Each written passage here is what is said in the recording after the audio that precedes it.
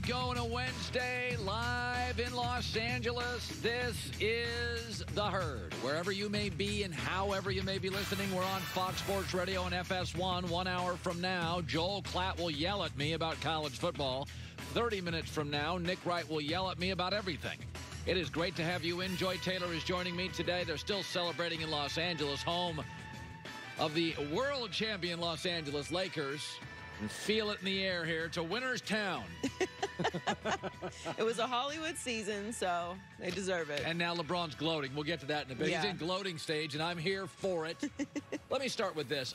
First impressions matter. And we all know that. I'm not telling you something you don't know. First impressions matter. The first time you meet somebody, you see somebody, first impressions matter.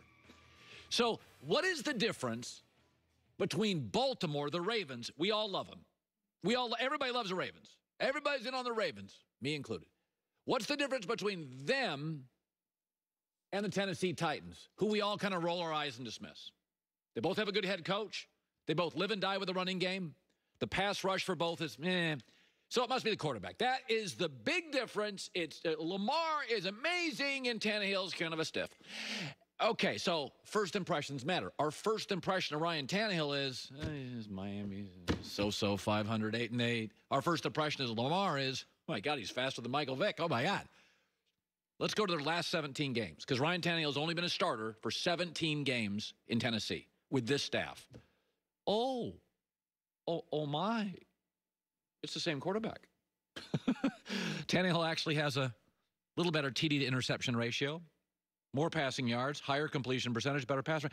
Oh, by the way, in that stretch, Lamar can run, though. Well, that's funny because in that stretch, Lamar has 7 rushing touchdowns, Tannehill 6.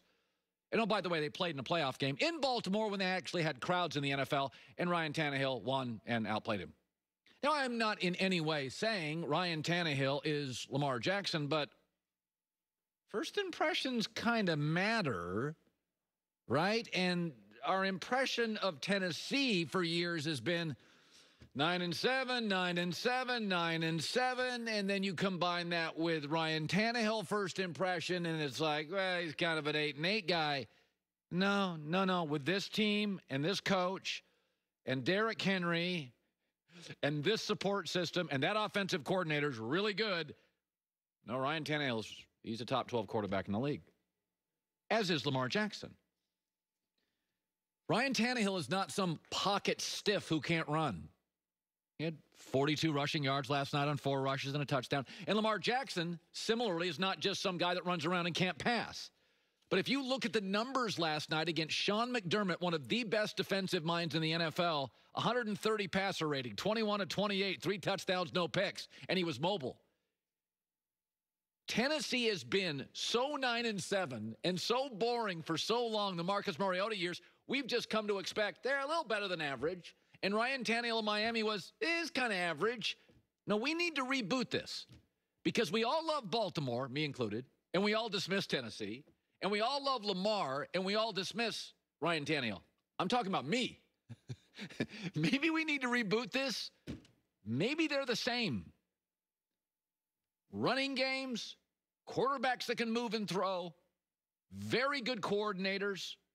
I mean, Baltimore's offensive coordinator, Greg Roman, is a legendary coordinator who took Colin Kaepernick to Lamar. He's got this system down pat. Very hard to defend. Who's the best young offensive coordinator in football? A lot of people think it's the guy with the Titans. So, sometimes you just have to get away from what you believed. First impressions are very, very powerful. And I watched Tennessee last night, and I'm like, what's the difference between them and the Ravens? I don't know if there is. I don't know if Tannehill with this staff and this coach and Derrick Henry and this environment and this offensive coordinator, I don't see a massive gap. Now, I think Lamar's a little more explosive, but I saw him playing a playoff game, and I watched Tannehill last night. In 17 games, he's 13-4, and I've seen him go up against good quarterbacks. All I know is we have to rethink what we think about Tennessee because Buffalo's good. And Tennessee last night did not have 8 starters and 2 assistant coaches, and they housed them. Buffalo's not going to lose that badly all year. They're not going to lose to the Patriots like that. They're not going to lose next Monday night to the Chiefs like that. Buffalo will not lose like that the rest of the year. Tennessee's for real. We dismiss them. We love Baltimore. I'd argue it's the same team. One's just cooler. One we just talk about more. All right, so I used to live right near Boston. And I used to live in Tampa. So I have a sense of kind of the sensibility of Boston and Connecticut. Very principled, prep schools, very academic, very rigid, very political.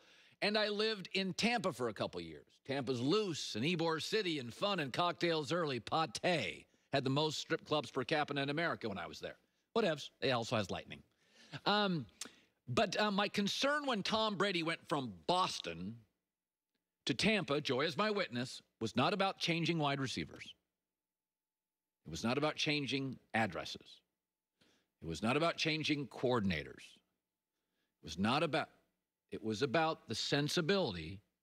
It was changing cultures. Tom's a winner. Tampa's losers. And we're already now 3.5, 4 days removed from Tom yelling at teammates. What game was that? That was Thursday. So we're 6 days removed from Tom yelling at teammates. And it is still a story. They're still asking him about it. They're still talking about it. This was my concern. It's easy to change uniforms. It's easy to change receivers. It's easy to change offenses. Try turning losers into winners. New England is about academics and detailed and button up. This year, the New England Patriots, and by the way, they have a brand new quarterback. They should have a bunch of offensive penalties. You know how many they have? 3. Tampa's got Tom Brady.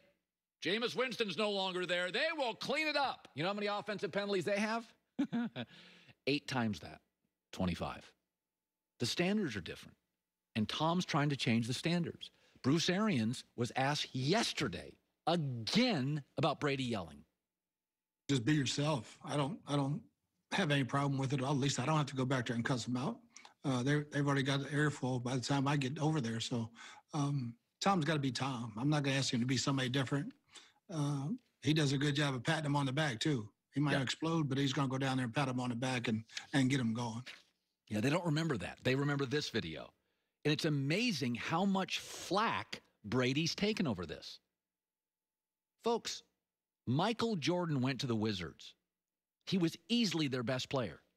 Do you remember how much pushback Michael Jordan, the greatest basketball player of all time, got when he went to the Wizards? He's mean. Michael doesn't understand young players. He played with all sorts of young players in Chicago. Michael was a winner. The Wizards were losers, and he could never overcome it. When LeBron first got to the Lakers, they were a mess. And it was all these young kids, and LeBron came in and had standards, this. LeBron is out. He doesn't They got rid of all the young players. By the way, when Michael Jordan first got to the Chicago Bulls, you remember the funny line during the 10-part documentary? They call him the traveling cocaine circus. It was a bunch of drug guys and a bunch of guys that wanted points. And Michael Jordan walked in and was like, no. I come from North Carolina. I got aspirational dreams here. Michael's a winner. His business is a winner. His basketball is a winner. He was a winner in college. He was a winner in high school. He was a winner in the pros. Michael's a winner. But Michael couldn't change all those Bull players. He couldn't. They just wanted to score points. He couldn't change them. He had to get rid of them. And he couldn't change the Wizards.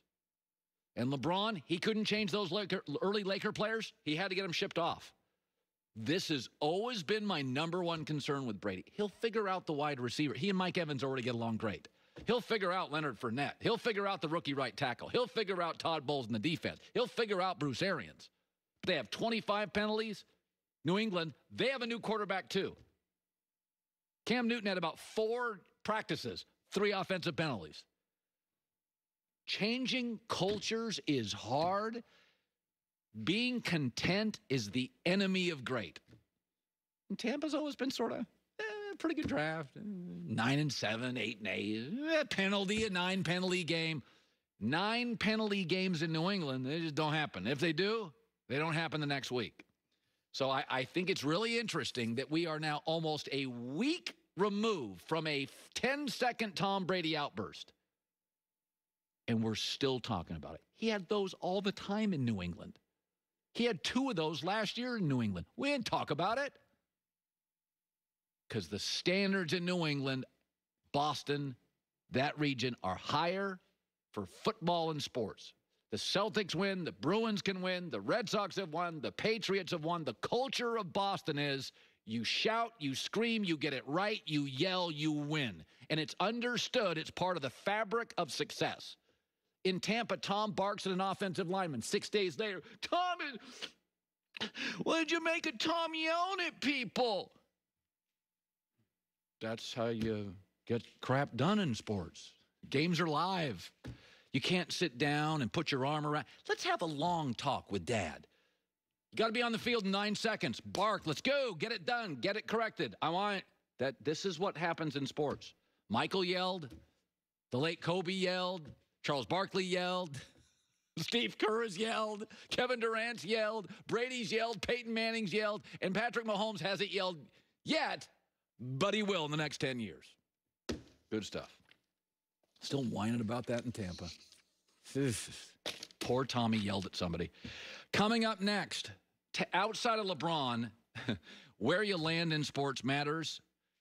I think mostly we know that, but we know it more this morning than we did yesterday because of one NFL player and what's happened to his career. We'll talk about that.